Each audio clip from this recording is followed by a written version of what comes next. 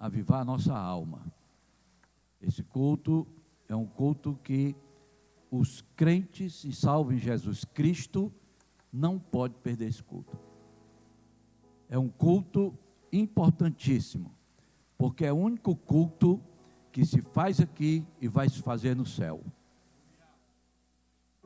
E com a presença do Senhor, hoje em simbologia do seu corpo e do seu sangue.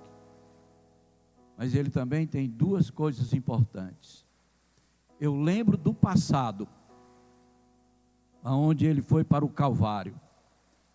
Mas eu preciso lembrar do sacrifício, todo ele, que ele fez por mim e fez por você.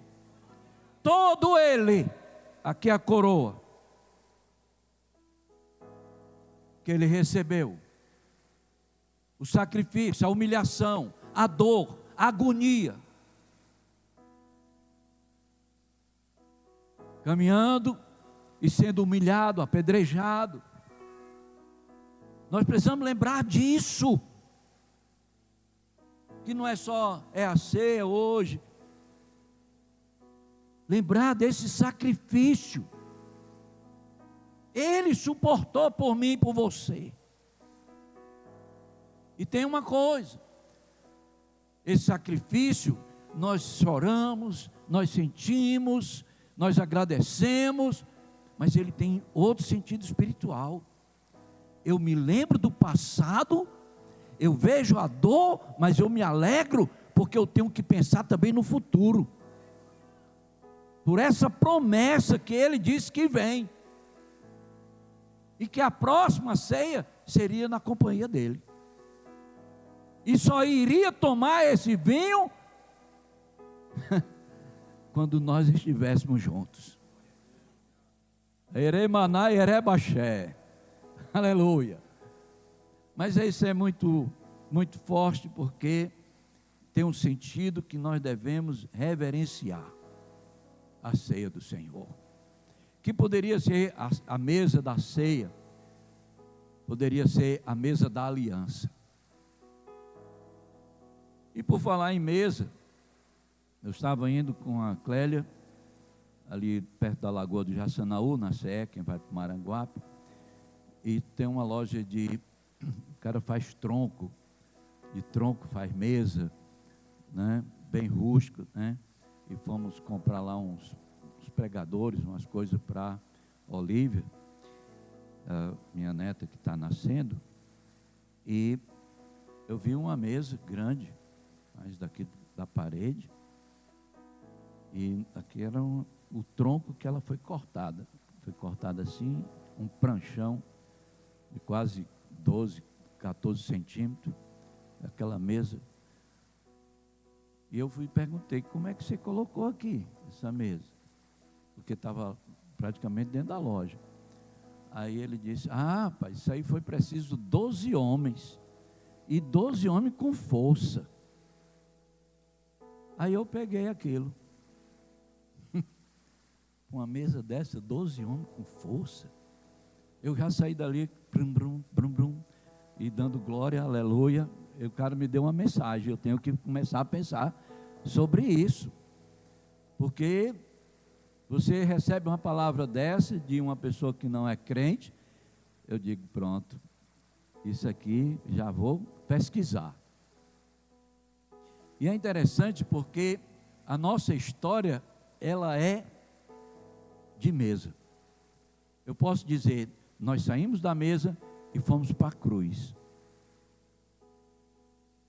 Porque são duas coisas muito distintas, separadas, mas que têm uma influência tremenda no que é o Evangelho de Jesus Cristo. Começamos no tabernáculo, que foi colocado uma mesa. No enganchei. Era a mesa da proposição. Pronto. Agora saiu. Desculpe. E essa mesa, ela recebia do sacerdote, toda semana, 12 pães. 12 pães. e que eram colocados em fileiras de um na frente do outro. 6 de um lado e 6 do outro, um como se estivesse olhando para o outro. E o sentido espiritual era para Israel, as 12 tribos, esse pão. Mas estava falando também na outra mesa. Ela faz direcionamento, como todo tabernáculo, ele se direciona a Jesus Cristo. Todo tabernáculo. Não tem uma peça do tabernáculo que não fale de Jesus Cristo. Desde as estacas, eu não vou falar sobre o tabernáculo, outra oportunidade, se o pastor Sérgio deixar. Estou brincando. Que você encontra ele enterrado com 3 tipos de revestimento, né? Todo mundo aqui sabe, tem professor aqui. Que o primeiro era bronze, o outro era prata e o mais de cima era ouro. Que eram as 3 partes do homem. Os valores crescentes do homem. Mas a madeira era revestida. Mas eu não vou ficar aqui não, eu quero me direcionar a esta mesa, que o sacerdote no final da semana, ele vinha tirar aqueles pães, guardava aqueles pães, colocava pães novos, lógico que sem fermento, e arrumava da mesma forma. Isso não mudou. E aqueles pães que ele tirava, ele ia comer, dando referência ao pão da vida. Quem é o pão da vida? Jesus Cristo. E aí nós vamos direto para a mesa. Vamos sair do tabernáculo no deserto e vamos, que era uma representação, uma simbologia. Aí nós vamos para a mesa em Jerusalém, que o Senhor pede para montar. Mateus, tem Marcos, tem Lucas, esse texto, mas nós vamos ficar com Mateus.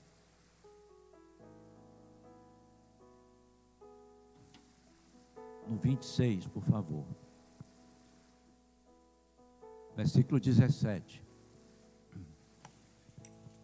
No primeiro dia da festa dos pães sem fermento, começa por aí a ligação, as coisas belas do Evangelho. Os pães lá no deserto era pão sem fermento. Aí o Senhor vai para uma festa da Páscoa que os pães eram sem fermento.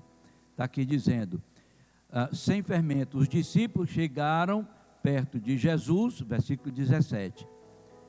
É isso mesmo? Onde é que o Senhor quer que a gente prepare o jantar da Páscoa para o Senhor?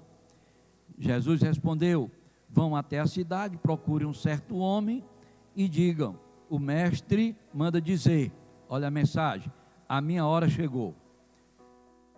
Mas em outras versões, o Senhor diz assim, vá até lá e vocês vão encontrar um homem com um cântaro sobre as costas. Parece que Marcos fala sobre isso. Ora, como é que um homem ia andar com cântaro nas costas, se era o papel da mulher? Era a mulher que carregava água, era a mulher que ia buscar água no poço. Jesus encontrou uma samaritana buscando água, era o papel da mulher. O homem não ia buscar água, nesse tempo aqui não. Aí ele disse, o homem está com um cântaro. E eles nem disseram, um homem com cântaro, Senhor? Mas se ele mandou, nós vamos. E ele encontra o homem andando, pode seguir ele. Marcos diz, siga ele, para onde ele for, que ele vai para casa, que eu estou dizendo. Aí eles seguiram o homem com o cântaro, e o homem foi direitinho na casa, e eles chegaram lá e disse, aonde é a sala que nós vamos preparar o jantar? Deixa eu lhe dizer uma coisa, o mesmo Jesus que dá todo o andamento, que não esqueceu de nada, que preparou tudo, nada ficou no esquecimento, é o Jesus que está tratando de você, é o Jesus que ama você, É o Jesus que às vezes você diz: Senhor, eu estou aqui. Até quando, Senhor? Ele sabe. Ele não vai esquecer de nada. Os discípulos poderiam ter ficado encantados com aquilo, mas já era tão normal para eles verem coisas sobrenaturais do Mestre. A minha hora chegou. Os meus discípulos e eu vamos comemorar a Páscoa na sua casa. Os discípulos fizeram como Jesus havia mandado, preparar o jantar, a Páscoa. Quando anoiteceu, Jesus e os 12 discípulos sentaram para comer.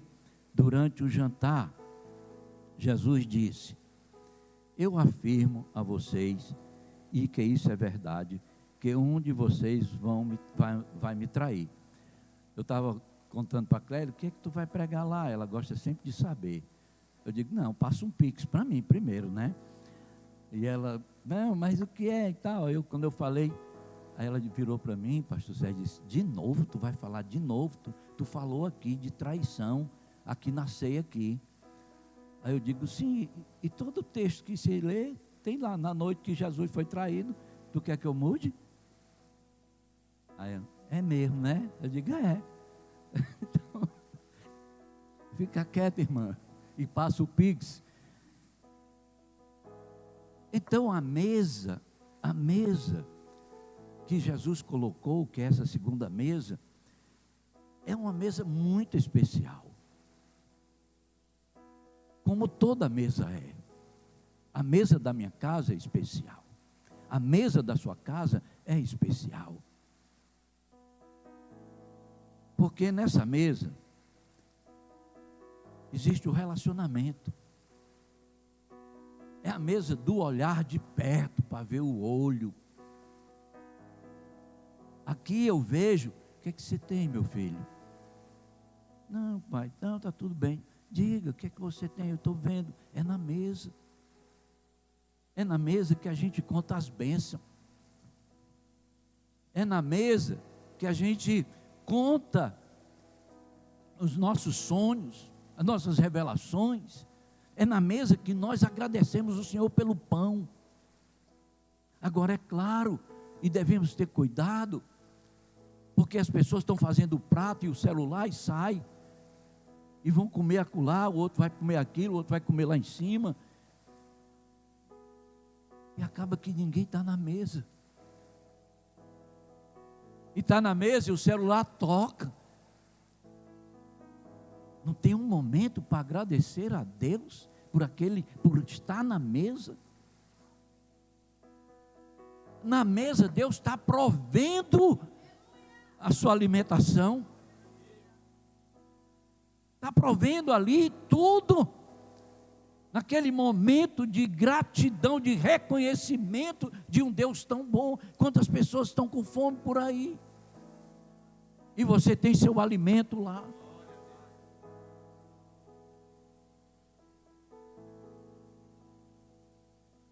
Na mesa, onde tem a transparência. Eu sento na mesa, eu sei.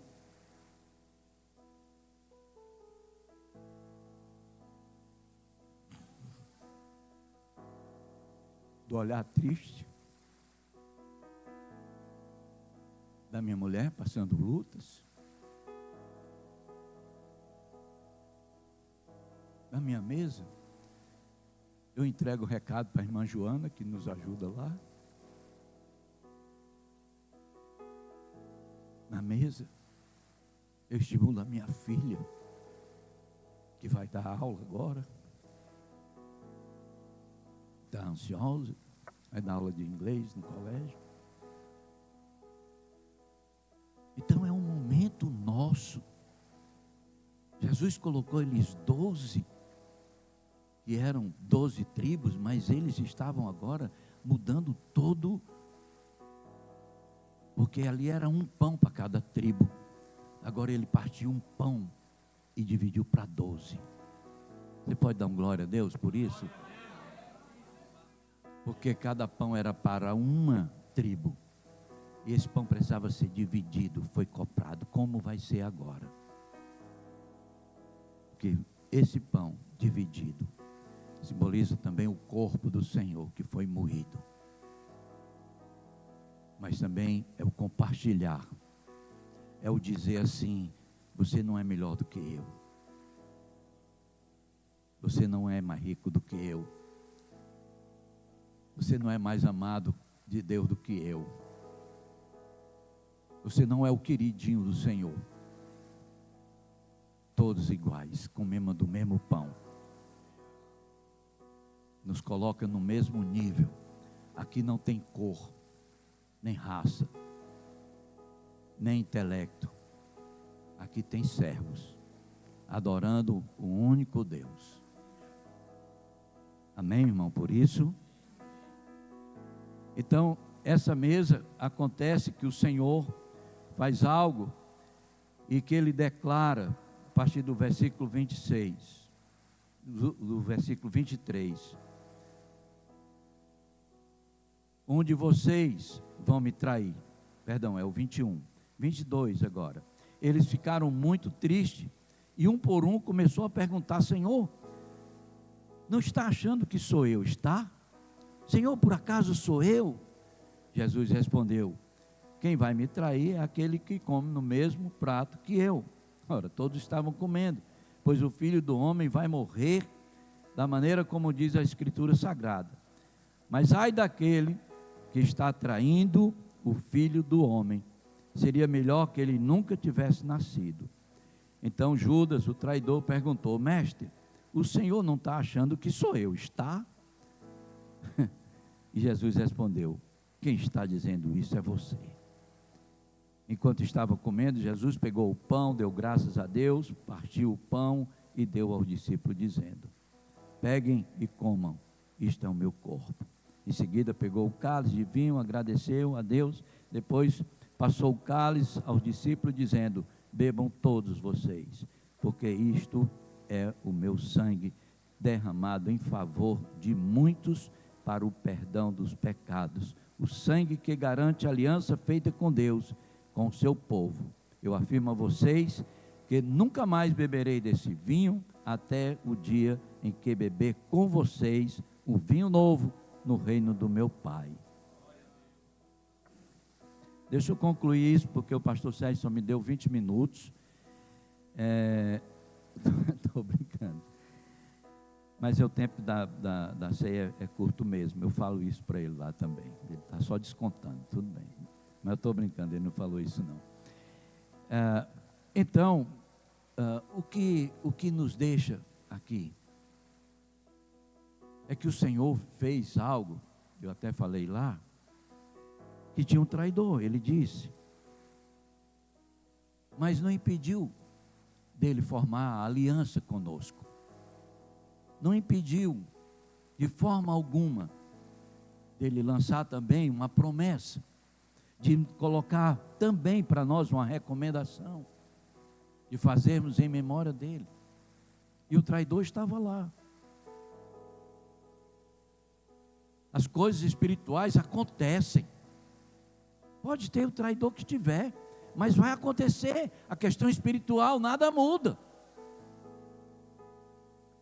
O inimigo, no caso Satanás, que tinha tomado posse de Judas, porque tem um texto que afirma que Satanás pegou Judas, estava lá. Mas o Senhor afirma para nós, coloca para nós essa certeza: ninguém pode impedir aquilo que está traçado para você. Ninguém pode, a não ser você mesmo. Agora, por que que o Senhor, ele disse, num jantar tão importante, ele disse: tem um traidor aqui. O que será que ele disse? Ele não sabia quem era? Ele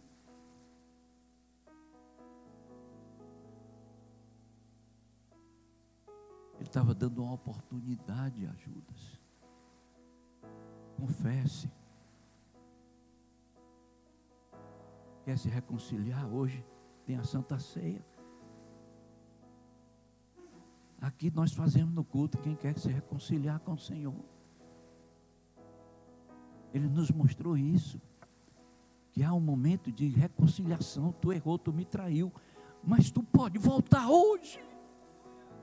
Eu te perdoo.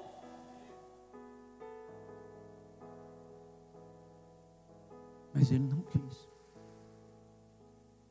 João 13:30.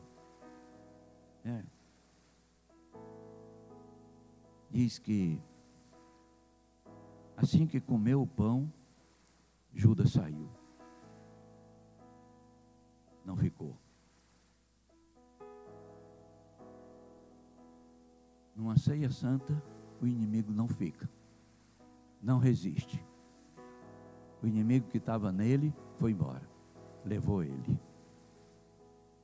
Porque é o próprio Cristo. Porque a igreja está em obediência. Porque a igreja está em confraternização. Porque a igreja exala gratidão por tamanho sacrifício que nos deu a vitória. O inimigo não resiste e sai. Comeu o pão e foi embora. Quantos não estão fazendo isso? Momento de reflexão. Momento de analisar a conduta. Saber como eu estou. Jesus está me chamando e eu não estou indo. Jesus me quer e eu não estou indo. Jesus quer que eu faça mais e eu digo que não tem tempo. Tenha cuidado com a sua vida espiritual. O chamado do Senhor é porque Ele ama você, escolheu você e quer você. Não é outro, é você. Se coloque. Mas olhe, Ele comprou você, ama você. Mas é preciso que nós tenhamos uma diferença de um povo comprado, lavado e remido. Nós somos um povo separado. Nós estamos pregando na igreja, quarta mensagem, sobre ética cristã. Irmãos, nós estamos longe. Nós precisamos manter isso.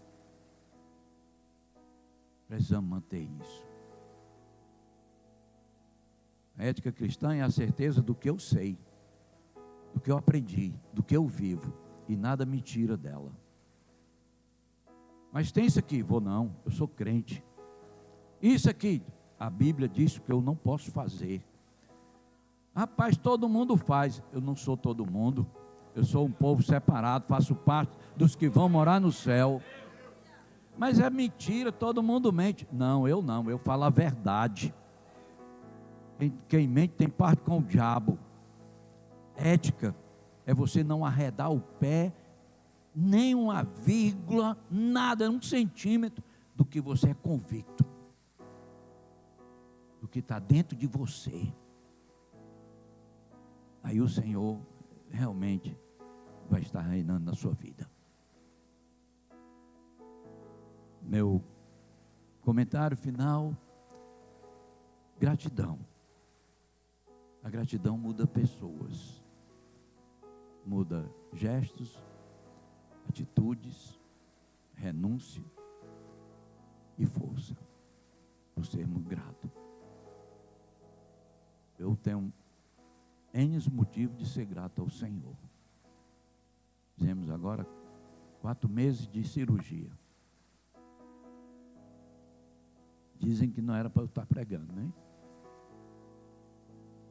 Mas hoje é o 3º dia seguido que eu estou pregando. E se tiver, amanhã eu também estou, porque Deus está dando força.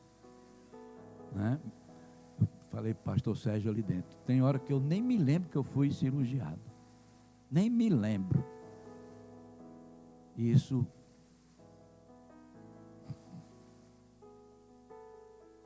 como eu não vou ser grato?